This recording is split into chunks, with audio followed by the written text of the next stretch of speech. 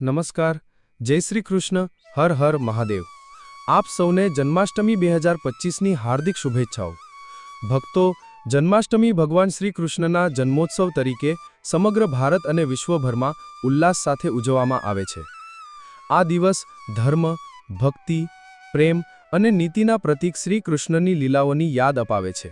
પ્રિય ભક્તો, ભગવાન શ્રી કૃષ્ણનો જન્મદિવસ થોડા જ દિવસોમાં આવવાનો છે, જેને આપણે જન્માષ્ટમી તરીકે આનંદથી ઉજવીએ છીએ। ઉત્તર ભારત અને અન્ય સ્થળોએ જન્માષ્ટમી દર વર્ષે ભાદરવા માસના કૃષ્ણ પક્ષની અષ્ટમી તિથિએ ઉજવવામાં આવે છે। મહારાષ્ટ્ર, ગુજરાત અને દક્ષિણ ભારતના કેટલાક રાજ્યોમાં આ શ્રાવણ માસની અષ્ટમીના દિવસે ઉજવાય છે। પરંતુ આ વખતે જન્માષ્ટમી 2 દિવસે આવી રહી છે અને આ મુદ્દે ઘણી જગ્યાએ મૂંઝવણ છે કે જન્માષ્ટમી કયા દિવસે છે, 15 કે 16 ઓગસ્ટ। આજે આપણે આ મૂંઝવણ દૂર કરવા જઈ રહ્યા છીએ। જન્માષ્ટમી ક્યારે ઉજવવી, કયા દિવસે વ્રત રાખવું, ઉપવાસ ક્યારે કરવો અને ભગવાનનો અભિષેક કેવી રીતે કરવો, ઉપરાંત આપણે એ પણ જાણીશું કે જન્માષ્ટમીના પવિત્ર પર્વે લાડુ ગોપાળને ભોગમાં શું અર્પણ કરવું અને કઈ વસ્તુઓનો ભોગ લગાવવો। ભક્તો, આ બધા પ્રશ્નોના જવાબ આજે આ વિડીયોમાં મળશે, તો અંત સુધી આ વિડીયો જરૂર સાંભળો। પરંતુ તે પહેલાં એક નાની વિનંતી છે કે આ વિડીયોને અંત સુધી જરૂર જોવો, બિલકુલ ચૂકશો નહીં, કારણ કે આ માહિતી ખૂબ જ અમૂલ્ય છે। વિડીયોને અન્ય લોકો સાથે શેર કરજો, જેથી બીજાનું પણ ભલું થાય। અને હા ભક્તો, વિડીયોને એક પ્યારું લાઇક જરૂર કરજો અને તમારા YouTube ચેનલ ધાર્મિક સ્ટોરી 8ને સબસ્ક્રાઇબ કરવાનું ભૂલશો નહીં, જેથી આવી માહિતી તમને સૌથી પહેલાં મળે। અને હા પ્રિય ભક્તો, કમેન્ટ બોક્સમાં જય શ્રી કૃષ્ણ જરૂર લખજો। ચાલો આ વિડીયો શરૂ કરીએ, પરંતુ તે પહેલાં એક નાનકડી કથા દ્વારા જાણી લઈએ કે શ્રી કૃષ્ણનો જન્મ કેવી રીતે થયો, તેમને લાડુ ગોપાળનું નામ કેમ મળ્યું અને શ્રી કૃષ્ણ કેમ કહેવાયા। શ્રી કૃષ્ણ જન્મ કથા।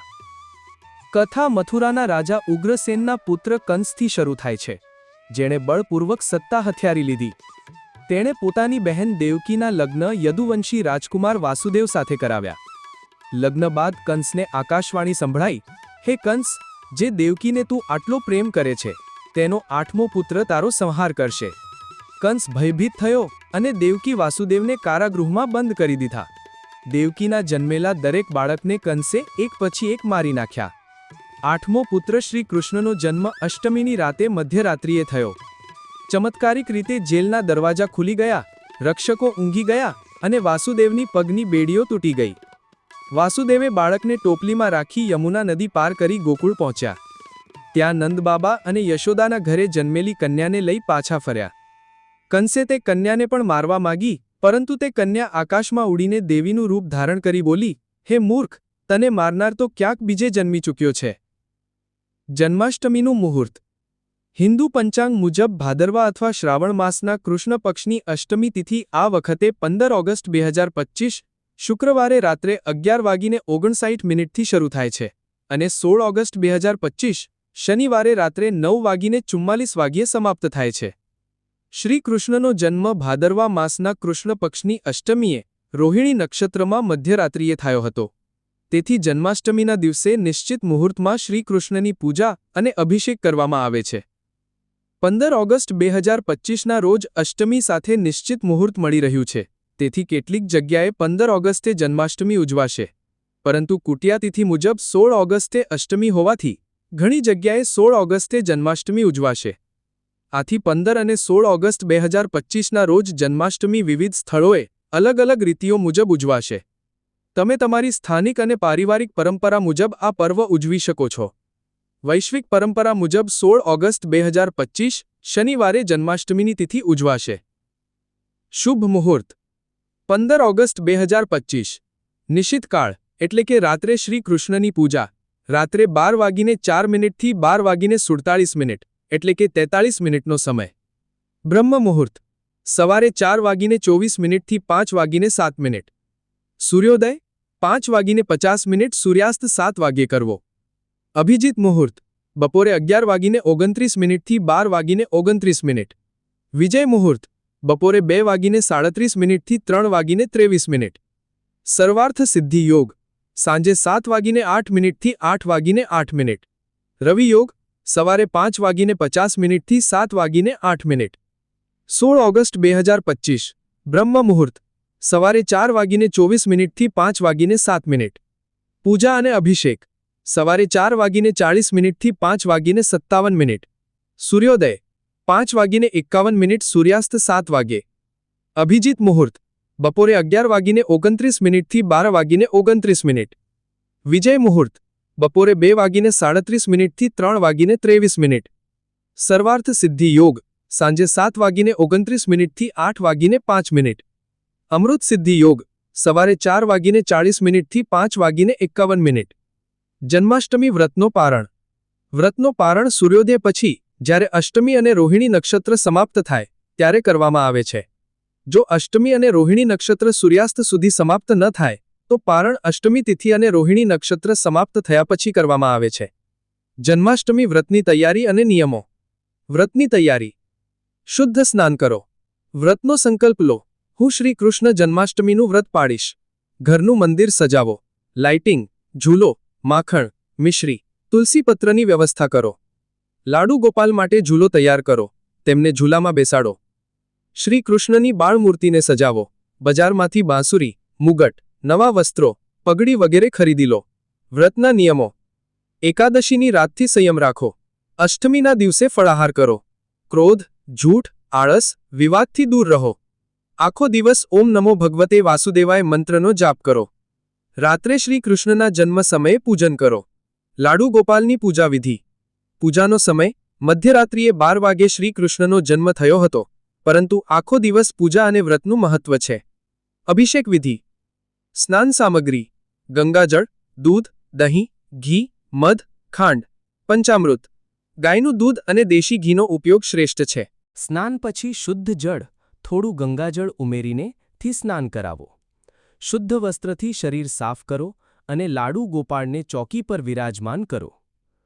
પૂજા વિધિ નવા વસ્ત્રો પહેરાવો. પીળા રંગના વસ્ત્રો શુભ.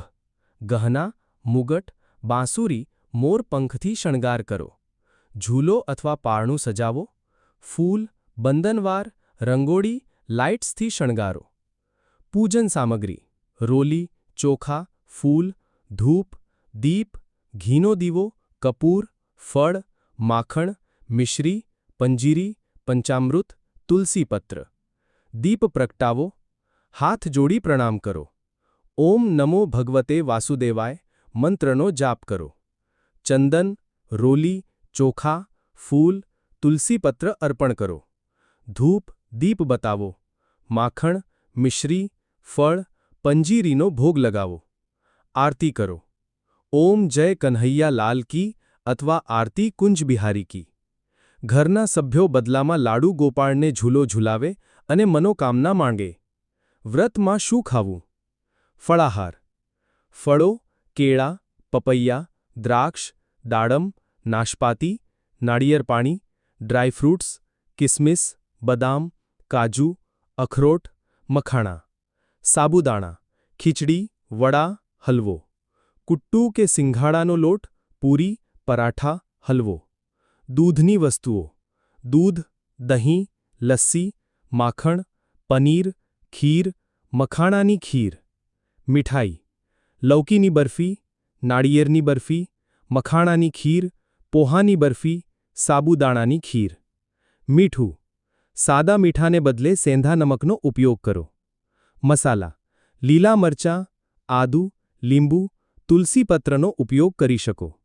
ભોગ બનાવેલી વસ્તુઓ પહેલાં લાડુ ગોપાળને ભોગ લગાવો, પછી ખાઓ.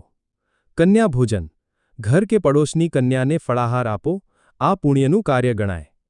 વ્રતમાં શું ન ખાવું? ઘઉં અને મેંદાની વસ્તુઓ, ચોખા, ડુંગળી, લસણ, દાળ, મગ, ચણા, મસૂર, તળેલું, મસાલેદાર ખાદ્ય, સાદું મીઠું, માંસાહાર, ઈંડા, દારૂ, ચા, કોફી. શુદ્ધતા જાળવો. તુલસીપત્ર અર્પણ કરો. ઝૂઠ, ક્રોધ, તામસિક ખોરાકથી દૂર રહો. શ્રી કૃષ્ણની લીલાઓ બાળ લીલાઓ માખણચોરી, ગોવર્ધન પૂજા, કાલિયા નાગદમન, રાસલીલા.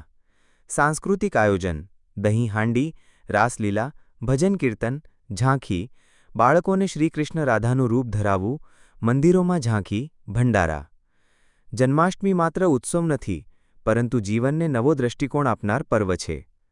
પ્રથમ ભૂલ અશુદ્ધ આહાર. મધુકરે સવારે જ લસણવાળી ભાજી બનાવી. કથામાં દર્શાવો કે ભગવાનને સાત્વિકતાનો પ્રિય ભાવ છે. આ દિવસે માત્ર ફળ, દૂધ, માખણ, પંજરા વિના અનાજ લેવું જોઈએ. બીજી ભૂલ સ્નાન વગર પૂજા. તે મંદિરે ગયો પણ સ્નાન કર્યા વિના. ભગવાનની પૂજામાં શરીર મન બંને શુદ્ધ હોવું જોઈએ. ત્રીજી ભૂલ તુલસી વિના ભોગ. તે દહીં મખણ ચઢાવ્યું પણ તુલસીની પાંખડી મૂકી નહીં. શ્રી કૃષ્ણ તુલસી વિના ભોગ સ્વીકારતા નથી. ચોથી ભૂલ રાત્રે જન્મોત્સવ ચૂકી જવું. જય દ્વારકામાં રાત્રે 12 વાગે શંખ ઘંટ વાગી રહ્યા હતા. તે સૂઈ ગયો. કૃષ્ણ જન્મોત્સવ પૂજા એ દિવસનું સૌથી પવિત્ર ક્ષણ છે. પાંચમી ભૂલ ક્રોધ અને અપમાન. આ દિવસે મધુકરે પડોશીને અપમાન કર્યું. જન્માષ્ટમી પર હંમેશા પ્રેમ, ક્ષમા અને દયા રાખવી જોઈએ. છઠ્ઠી ભૂલ પાપકારી પ્રવૃત્તિઓ. તે સાંજે જુગાર રમવા બેઠો. આ દિવસે શરાબ, તમાકુ, જુગારથી દૂર રહેવું જોઈએ. સાતમી ભૂલ મોબાઈલમાં વ્યસ્ત રહેવું. મંદિરમાં પણ તે ફોનમાં વ્યસ્ત રહ્યો. પૂજામાં મન એકાગ્ર રાખવું એ જ ભક્તિનું લક્ષણ છે.